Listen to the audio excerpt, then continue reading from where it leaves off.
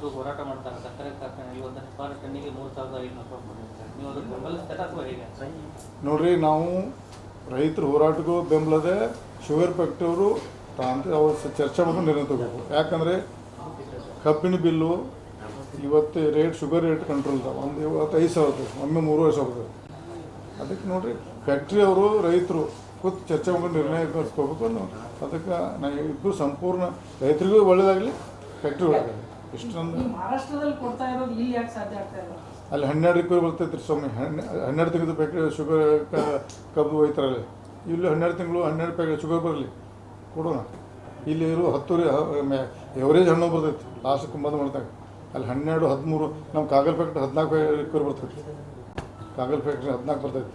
ಕಡಿಮೆ ಅಷ್ಟು 12 ಇರ್ತೈತೆ ಅಲ್ಲಿ ರಿಕ್ವರಿ. ಇಲ್ಲಿ ಭಾರಿ ಅಂದ್ರೆ ಹಣ್ಣು ಇರ್ತೈತಿ ಇಲ್ಲಿ.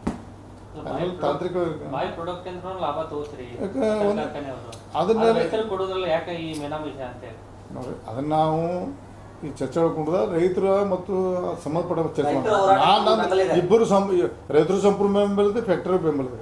ಸರಿ, ಒಳ್ಳೇದಾಗ ಬೆಂಬಲ ಇದೆ. ಫ್ಯಾಕ್ಟರಿ ಚೆನ್ನಾಗಿ ಅವರು ಸರಿಯಾಗಿ ಕೂತು ಚರ್ಚೆ ಹೋಗಿ ನೀವು ಮಾಡಬೇಕು ಇಷ್ಟೇ.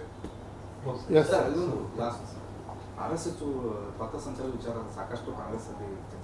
ಓನ್ಲಿ ಗುಲ್ಬರ್ಗ ಎಲ್ಲ ಕಡೆ ಚೆನ್ನಾಗಿದೆ. ಓನ್ಲಿ ನಮ್ಮ ಪ್ರಿಯಾಂಕಾ ಖರ್ಗೆ ಅವರು ಯಾಕೆ ಹಿಂಗೆ ಮಾಡಿ ಅರ್ಥ ಇಲ್ಲ. ಅದು ಜೋರು ತರಕಿಲ್ಲ, ಅದು ಇಶ್ಯೂ ಮಾಡೋದು ಜೋರು ತರಕಿಲ್ಲ.